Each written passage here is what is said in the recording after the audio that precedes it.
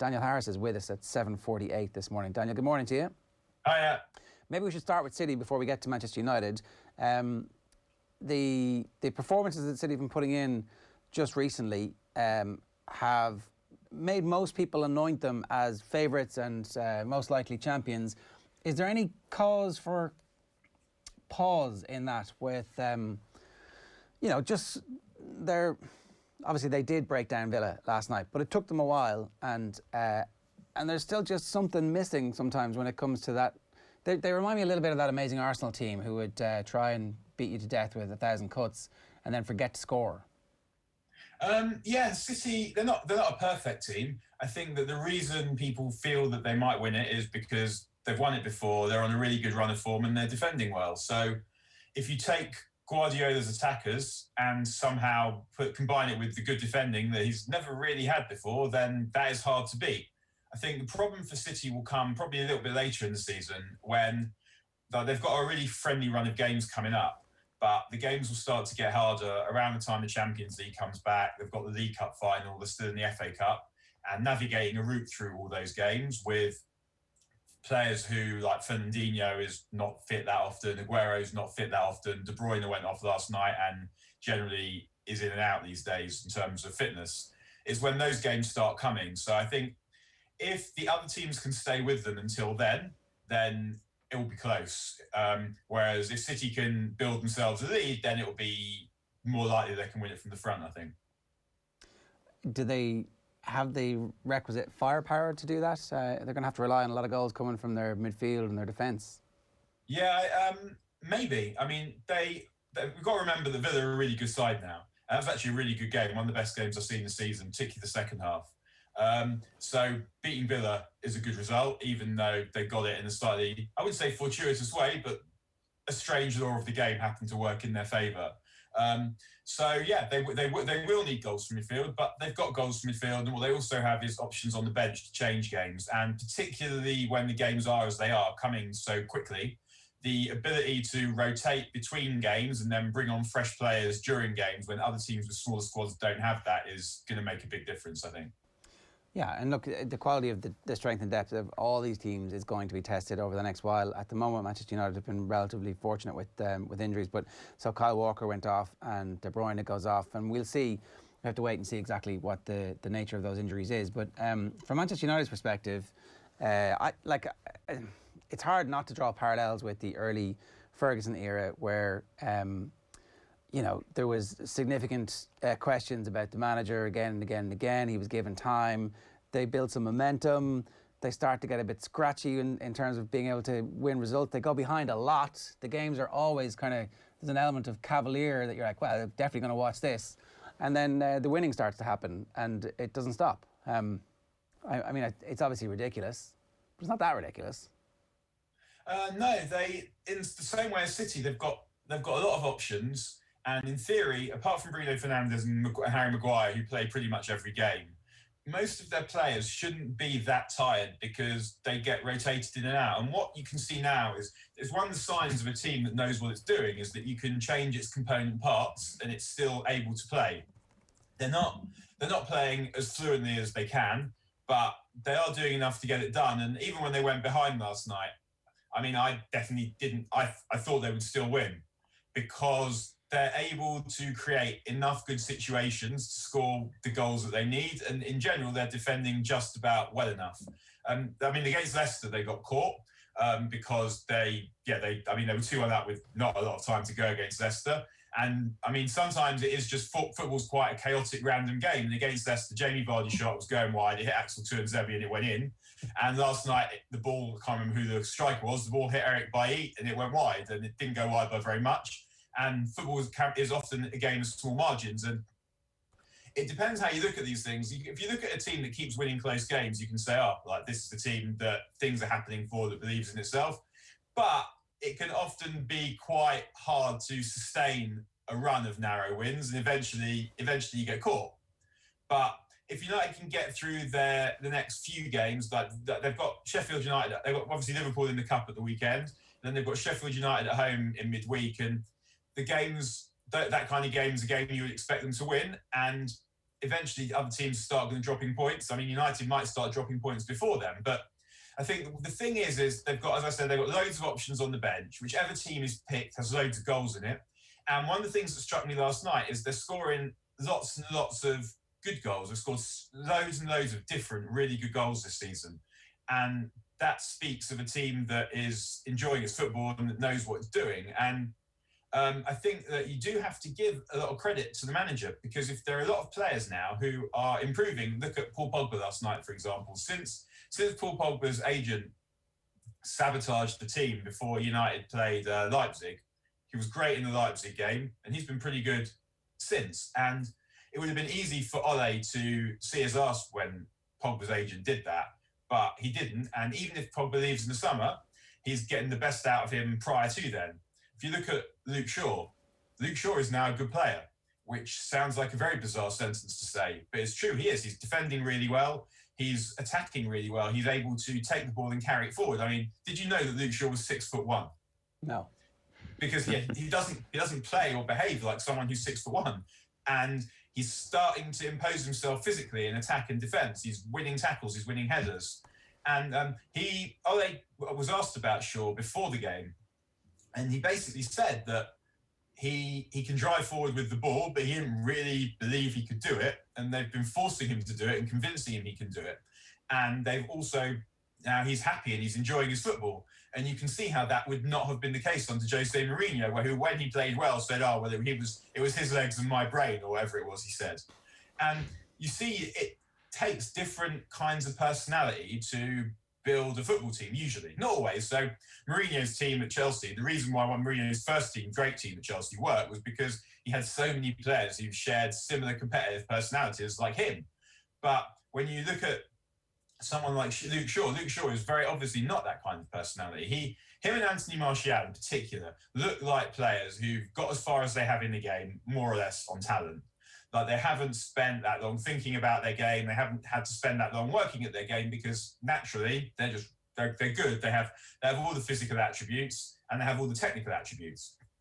But what Ole has given Luke Shaw is he's given him the belief that he can extract the most from that ability, and we're seeing that now. And it's not a coincidence that consecutive United managers, and even Mauricio Pochettino at Southampton, who he played well for, but he had trouble with him. And what we're seeing now is Ole has shown patience and probably a little bit of tough love by signing his replacement. And you're now seeing someone who is influencing games. And it's not just about, when you talk about influencing games, are you making last-ditch saving tackles, or are you creating or scoring goals? He's constantly getting United up the pitch and offering an option down the left side, and that's making a big difference to the way the team are attacking.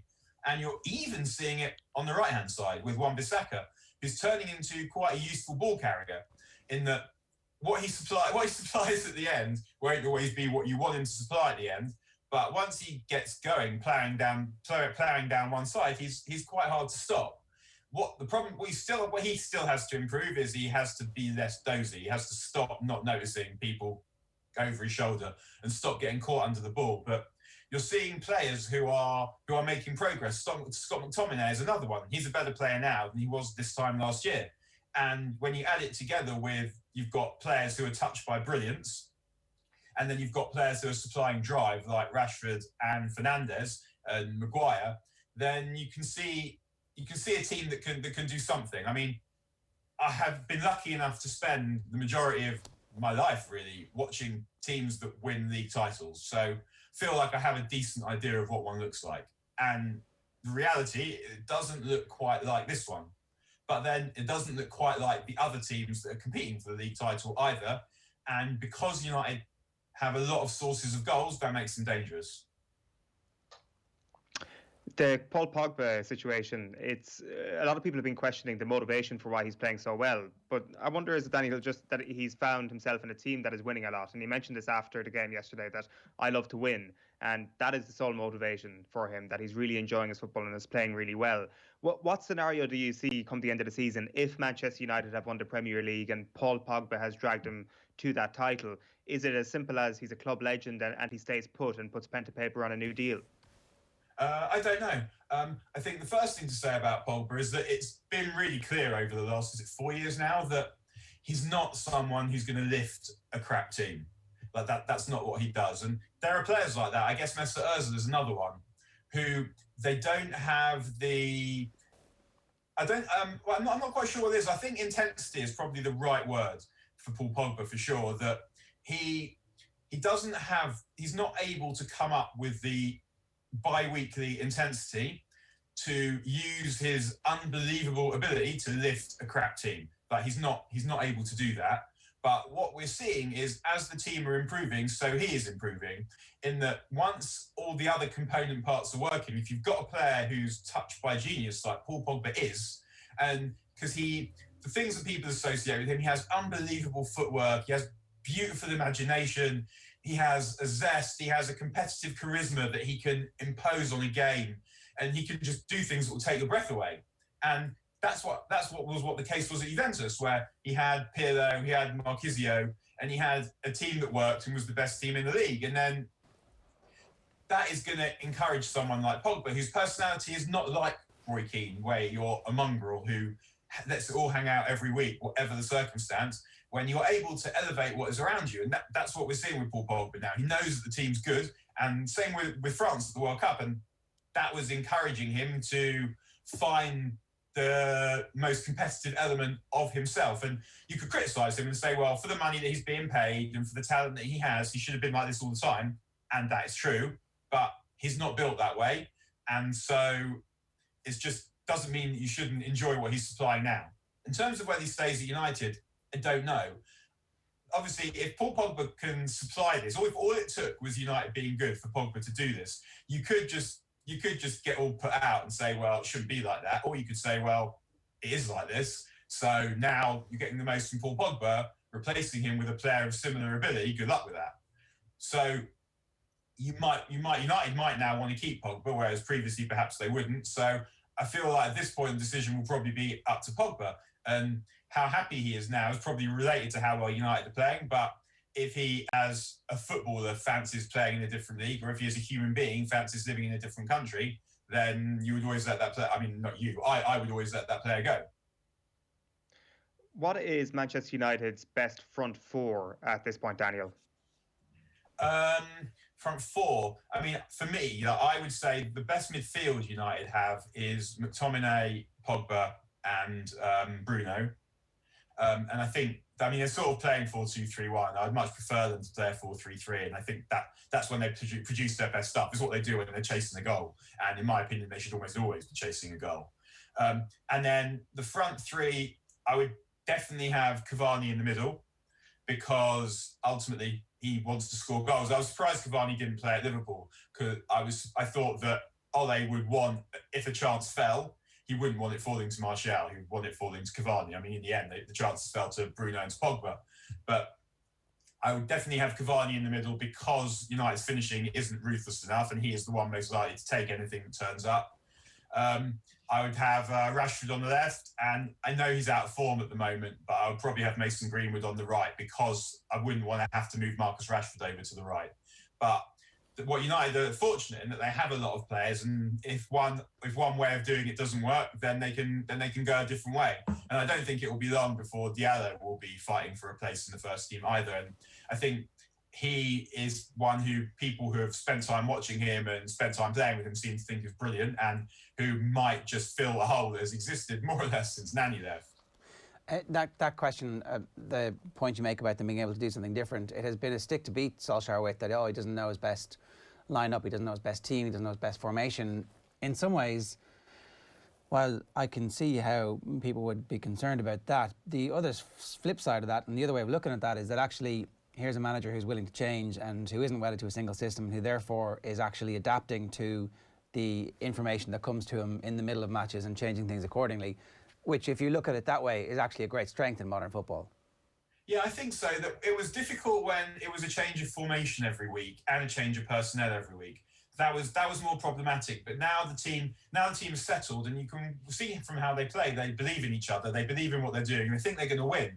And that makes a massive amount of difference, because ultimately talent and mentality are much more important than tactics and coaching. So when the players are when you've got good players, which United do, and the mentality is right, which it is, then that gives you scope to fiddle a little bit. But they're not really fiddling so much with the tactics now. Like, they're more or less most of the time playing some kind of 4-2-3-1. And as I said, like, I think most of the good teams, the best teams around, play 4-3-3. And I think ideally that is the way that United should play. The problem is a bit that they're mainly playing Bruno as a number 10. I think partly because he's playing a lot of games, so you want him to do as little running as possible. And also his scoring and his chance creation and are just so good that you don't really want to play him as a number 8 because you haven't got anyone else. But eventually, whether it's Pogba or whether it's someone else, I think the best way to play is with an athletic number 6 and with 2 number 8s. So they do have that possibility, because Bruno can definitely play that position, definitely put in a shift. And I think it's that change, once that is the thing that is preventing them from controlling big games, because when you play with a 6, an 8 and a 10, it's much harder to control the game when you've really only got 2 men in midfield, because your number 10 is kind of roaming around just waiting for opportunities to make that crucial difference. But what they're doing at the moment is they're not changing the formation so much, but they're able to change the personnel because everyone is fit and everyone is in form. So I think that the time has definitely come for Bruno to get a rest. I thought that they would try and get him through one more game. It's really difficult. And who wants to say, is Liverpool in the cup, put your best player on the bench? But the title is there to be won. And the kind of team that I would expect Liverpool to play, United should be able to beat without Bruno. So I'd be looking at resting Bruno on Sunday, and then resting him again at home to Sheffield United on Tuesday or Wednesday, whenever it is. And then they should be in a decent position, because most of the other players have rested. And that's always really the thing with the changes. I mean, Alex Ferguson probably didn't know what his best team was in the last few years. The team that played Chelsea in the 2008 European Cup final never played together before or after, and he had everyone fit. Yeah. So you can sometimes do that. I think you do lose cohesion when you do that. I've always felt that the best football United played in the late third year was in 2006-07. And what happened at the end of that season was they played Milan in the European Cup semi-final, and Milan were good, but United were better, I felt. United should have beaten that team. But they had Ferdinand and Vidic were both injured, and they ended up basically running out of gas, and then they lost a really tame cup final to Chelsea as well. So that summer, Fergie went out and he bought Anderson, he bought Nani, and he bought Hargreaves, and he bought Tevez. And what that did was it gave him options, and it meant that he was always changing the team, and they lost cohesion. I'm not sure they were ever quite as consistently fluent again, but it meant that they didn't reach the end of the season just absolutely finished. Yeah. And so Solskjaer has that now. He has, I think the players still probably are a bit tired. They look a bit tired, but the players around the league are tired, because most of them are getting rested less often than United, and they're not winning almost every game, most of them, and none of them are top of the league. No, and that obviously helps as well. Daniel, we got to go. That was great. Thanks again. See you again. Daniel Harris giving us his thoughts there. It's 6 minutes past 8 this morning here on OTB AM.